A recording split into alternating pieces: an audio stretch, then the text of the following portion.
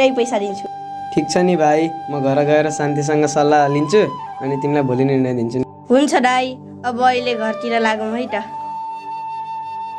शान्ति, ए शान्ति। हजुर।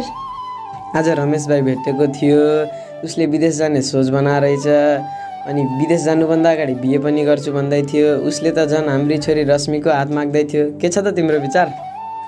रमेश त त्यति ठुलो छ, हाम्रो छोरी त भर्खर त 12 वर्ष पुगेकी छ।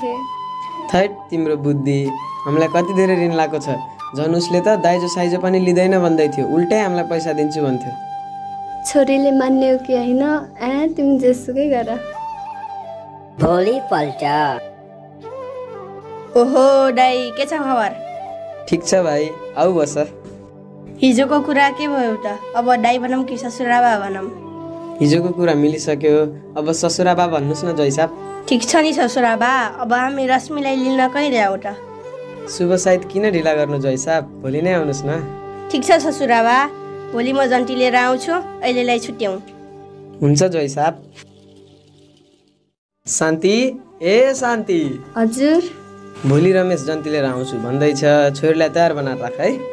भइहाल्छ नि। भोलिपल्ट।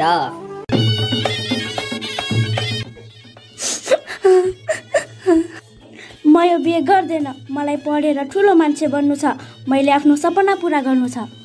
छोरी, हामी छोरी मान्छेको जात, एक दिन त पढाइ गरी जानै पर्छ, तिमी कुरा बुझ न छोरी।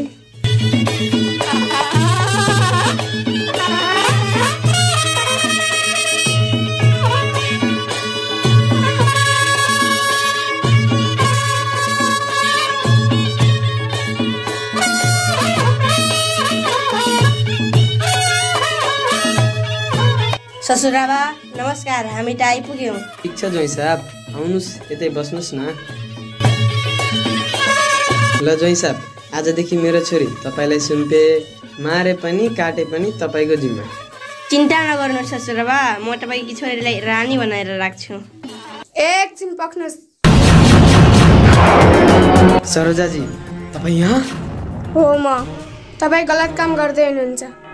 नानी भर्खर त 12 वर्षको पुगिन्, बाल विवाह गर्नु कानुनी अपराध हो, त्यसैले मैले पुलिस लिएर आएको छु। हो, उहाँ सही भन्दै हुनुहुन्छ। बाल विवाह गर्नु कानुनी अपराध हो। अहिले त नानीको खेल्ने, हाँस्ने, रमाउने उमेर हो।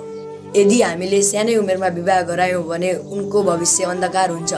नेपाल सरकार अनुसार बाल विवाह गर्नु अपराध हो। यदि कसैले बाल विवाह गरे वा गराएमा दुवैलाई कानुनी कारबाही हुनेछ। हामीलाई माफ गरिदिनुहोस् सर, हामीबाट धेरै ठुलो गल्ती हुन गइरहेको रहेछ। आइन्दादेखि यस्तो कुनै पनि गल्ती हामीबाट हुने छैन, एकचोटिलाई माफ गरिदिनुहोस् सर। ठिक छ, एकचोटिलाई माफ भयो, अबदेखि यस्तो गल्ती कसैले पनि नगर्नु होला। हो, बाल विवाह कानुनी तथा सामाजिक अपराध हो। हामी कसैले पनि बाल विवाह नगरौँ र बाल विवाह रोक्नको लागि सम्पूर्ण समाज लागि परौँ। धन्यवाद।